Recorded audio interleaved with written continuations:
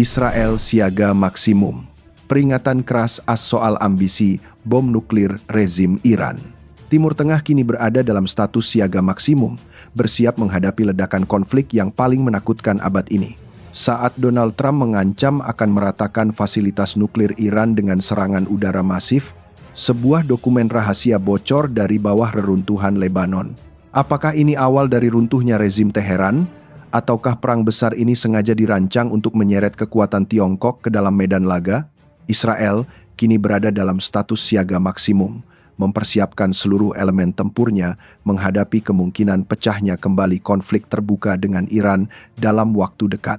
Di pusat-pusat komando intelijen dari Tel Aviv hingga Washington, lampu-lampu indikator bahaya terus berkedip menandakan bahwa sebuah jendela waktu yang menentukan untuk fase ketiga konfrontasi dengan Iran kini telah mulai terbuka.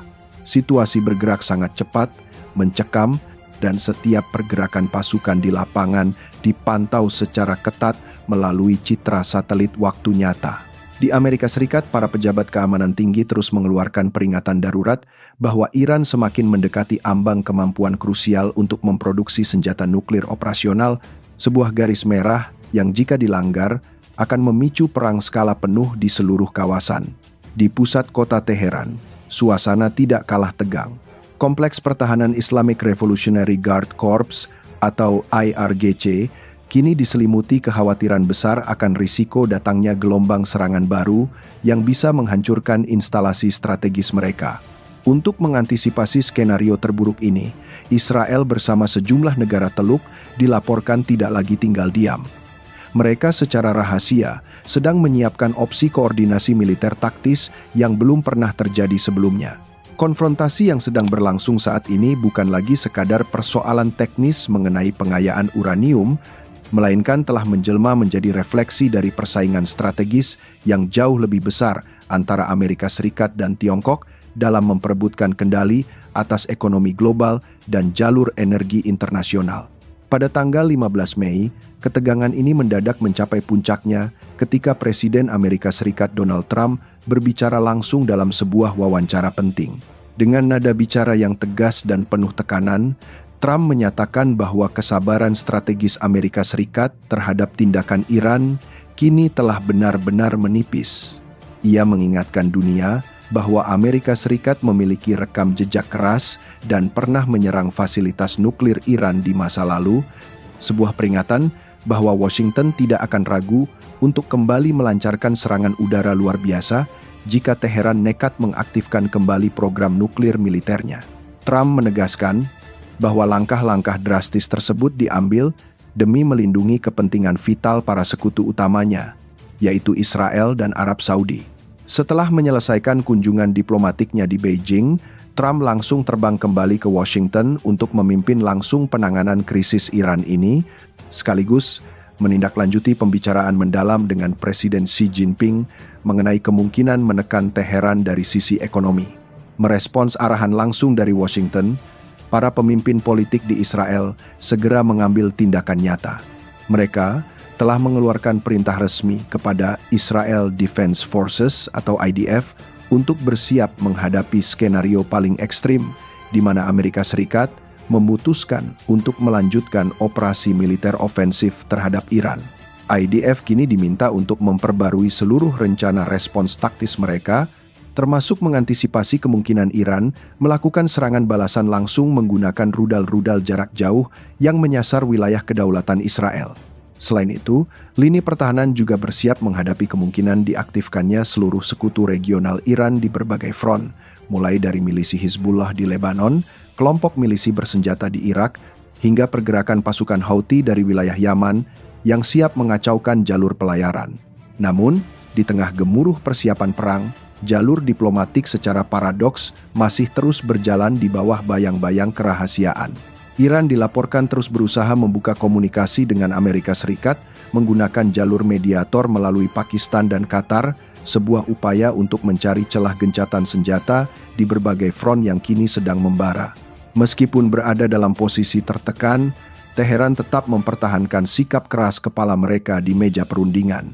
Tuntutan yang diajukan oleh Iran dinilai sangat tidak masuk akal oleh pihak Barat, di mana mereka menuntut penarikan seluruh pasukan militer Amerika Serikat dari kawasan Teluk, pencabutan total sanksi ekonomi, pembebasan seluruh aset keuangan Iran yang dibekukan di luar negeri, hingga pengurangan signifikan aktivitas militer Israel di Lebanon Selatan. Lebih jauh lagi, Teheran bahkan menuntut pemberian hak eksklusif kepada Iran untuk mengatur seluruh lalu lintas maritim di Selat Teluk Persia sesuai dengan syarat dan regulasi mereka sendiri. Iran menyatakan bahwa hanya setelah seluruh tuntutan tersebut dipenuhi, mereka baru bersedia membahas lebih lanjut mengenai masa depan program nuklir, pengembangan rudal, dan jaringan proksi mereka di Timur Tengah. Sementara itu, di medan tempur Lebanon, situasi real di lapangan menunjukkan betapa dalamnya akar konflik ini tertanam.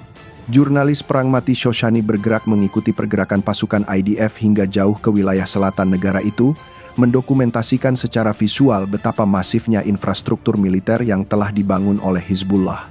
Di sebuah desa yang terletak hanya berjarak sekitar 5 km dari perbatasan Israel, tentara menemukan sebuah terowongan komando bawah tanah yang sangat luas, dibangun secara rahasia, tepat di bawah sebuah toko pakaian sipil.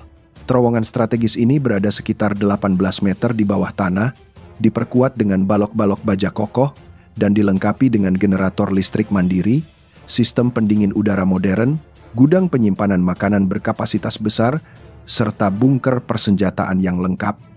Biaya pembangunannya diperkirakan mencapai ratusan ribu dolar.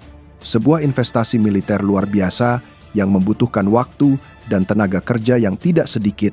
Menurut penilaian dari seorang perwira senior IDF yang berada di lokasi, kenyataan di lapangan menunjukkan bahwa setidaknya separuh dari rumah-rumah di desa Syiah di Lebanon Selatan telah dialihfungsikan untuk menyimpan senjata, bahan peledak, kamera pengawas rahasia, atau diubah menjadi posisi tempur taktis.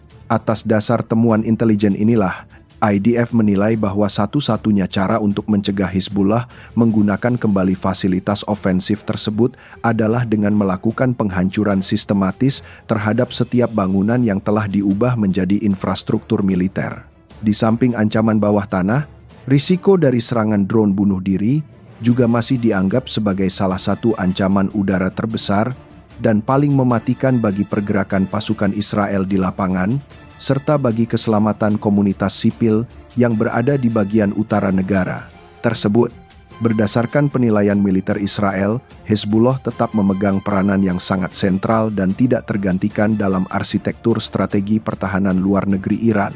Teheran terus menuntut dengan keras agar setiap kesepakatan gencatan senjata yang dirumuskan dengan Amerika Serikat harus mencakup jaminan keamanan bagi Lebanon.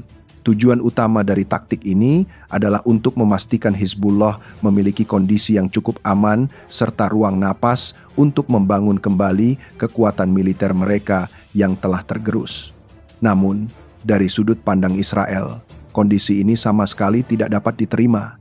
Selama Hizbullah tetap mempertahankan infrastruktur militer, logistik rudal, dan jaringan terowongan di dekat perbatasan utara, ancaman konstan terhadap keselamatan warga sipil Israel akan terus membayang, membuat opsi perang preventif tetap hidup di meja kabinet Netanyahu. Aspek lain yang tidak kalah krusial dari krisis ini adalah dampak masifnya terhadap roda ekonomi global.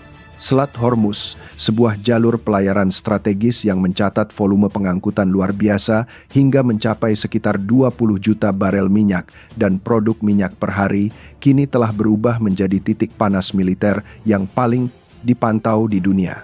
Pentingnya jalur ini terlihat nyata pada data kuartal pertama, di mana Tiongkok mengimpor sekitar 5,4 juta barel minyak mentah per hari melalui selat sempit ini. Angka tersebut setara dengan hampir sepertiga dari total kebutuhan impor energi negara tirai bambu tersebut. Oleh karena itu, gangguan, sabotase, atau blokade sekecil apapun di Selat Hormuz dapat menimbulkan efek domino yang menghancurkan bagi ekonomi Tiongkok yang sangat bergantung pada kepastian pasokan energi dan stabilitas rantai pasok manufaktur mereka. Menurut analisis geopolitik yang mendalam, ketergantungan energi inilah yang menjadi alasan utama mengapa Presiden Donald Trump ingin melibatkan Tiongkok secara langsung untuk menekan Teheran. Dalam peta strategi global Beijing, Tiongkok kemungkinan besar tidak memandang Iran sebagai mitra strategis yang setara melainkan hanya sebagai salah satu elemen taktis dalam jaringan negara-negara yang dapat dimanfaatkan untuk menekan pengaruh global Amerika Serikat.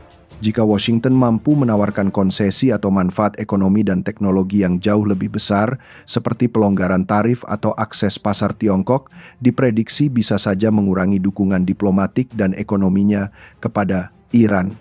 Jika skenario ini benar-benar terjadi, Teheran akan langsung kehilangan pemasukan utama dari penjualan minyak hitam, pasokan teknologi militer, serta barang-barang industri penting yang pada akhirnya akan memaksa rezim tersebut bertekuk lutut di meja kompromi. Di dalam negeri Iran sendiri, situasi psikologis masyarakat berada di titik nadir akibat kekhawatiran akan pecahnya perang besar secara terbuka, perlambatan ekonomi yang ekstrim, kenaikan harga pangan yang mencekik, dan angka pengangguran yang kian meluas. Menghadapi potensi pergolakan sosial ini, pemerintah Iran memilih untuk memperketat aparat represi domestik mereka. Aset milik puluhan warga negara Iran yang kini tinggal di pengasingan di Amerika Serikat, Inggris, dan Jerman dilaporkan telah disita secara paksa oleh pengadilan Teheran atas tuduhan bekerja sama dengan intelijen Israel dan merusak keamanan nasional. Langkah ini menjadi sinyal bahwa rezim tidak akan mentolerir pembangkangan sekecil apapun di masa kritis ini. Di tengah badai tekanan internasional, Islamic Revolutionary Guard Corps atau IRGC tetap memainkan peran paling sentral dalam struktur kekuasaan di Iran.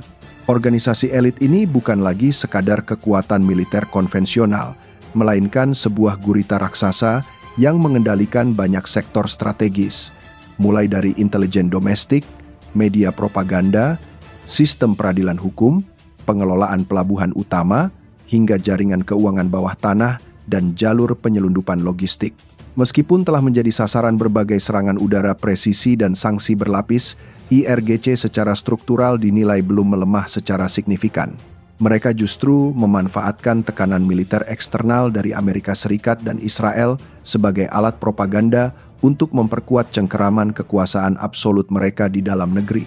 Namun, tanda-tanda kelemahan fisik mulai terlihat di infrastruktur ekonomi mereka. Aktivitas di Pulau Kharg yang merupakan urat nadi dan pusat ekspor minyak terbesar milik Iran, kini menunjukkan tanda-tanda perlambatan operasional yang sangat serius akibat blokade laut. Ketika kapal-kapal tanker internasional tidak dapat bersandar atau meninggalkan pelabuhan dengan aman, pendapatan kas negara Teheran langsung merosot tajam ke titik terendah. Penurunan pendapatan ini secara otomatis mempersulit pendanaan jangka panjang untuk program pengembangan rudal balistik, kelangsungan operasi militer IRGC, serta aliran logistik ke jaringan pasukan proksi mereka di seluruh kawasan Timur Tengah. Untuk menyiasati isolasi ini, delegasi Iran berupaya keras mencari dukungan politik dan ekonomi internasional dalam konferensi BRICS yang digelar di New Delhi. Namun, upaya tersebut membentur tembok besar akibat adanya perbedaan internal yang mendalam di antara negara anggota, terutama terkait sengketa wilayah dan ketegangan politik Iran dengan Uni Emirat Arab. Pada saat yang sama, peta aliansi regional semakin solid dalam mengepung Teheran. Sejumlah negara Teluk seperti Uni Emirat Arab, Arab Saudi, Qatar, dan Kuwait kini dilaporkan semakin mempererat koordinasi keamanan dan berbagi intelijen taktis secara langsung dengan Israel dan Amerika Serikat demi menghadapi ancaman asimetris dari Iran. Di Washington, tokoh-tokoh politik senior seperti John Bolton terus menyuarakan pandangan keras bahwa Iran tidak pernah sedikit pun meninggalkan ambisi mereka untuk mengembangkan senjata nuklir murni. Menurut pandangan strategis ini, setiap perundingan diplomatik atau gencatan senjata yang ditawarkan Teheran hanyalah alat taktis untuk mengulur waktu, memulihkan diri, melanjutkan jalur penyelundupan bahan sensitif, dan membuat komunitas internasional kelelahan secara psikologis. Secara keseluruhan, konfrontasi yang terjadi saat ini telah meluas melampaui perdebatan teknis mengenai program nuklir. Ini adalah perang multidimensi yang mencakup keamanan jalur pelayaran strategis global, kendali atas pasar energi dunia, dan pergeseran keseimbangan kekuatan besar antara Amerika Serikat dan Tiongkok. Pertanyaan utamanya kini berada pada dinamika di lapangan. Apakah Iran mampu mengubah tekanan militer internasional menjadi sebuah kesepakatan geopolitik yang menguntungkan bagi kelangsungan rezim mereka, ataukah Amerika Serikat dan Israel yang akan berhasil memanfaatkan momentum tekanan ini untuk memaksa Teheran melakukan perubahan struktural total terhadap kemampuan nuklir, proyeksi rudal, dan jaringan pasukan proksi mereka. Hari-hari ke depan akan menjadi saksi siapa yang akan kehabisan napas terlebih dahulu dalam perang saraf yang mematikan ini. Apakah menurut Anda koordinasi keamanan yang semakin erat antara negara-negara Arab, Teluk dan Israel akan mampu meredam ambisi militer IRGC di Selat Hormuz? Sampaikan analisis strategis Anda di kolom komentar di bawah. Pastikan untuk klik subscribe, berikan like pada video ini, dan aktifkan lonceng notifikasi agar Anda selalu mendapatkan analisis tercepat dan mendalam mengenai konflik militer global hanya di kanal ini.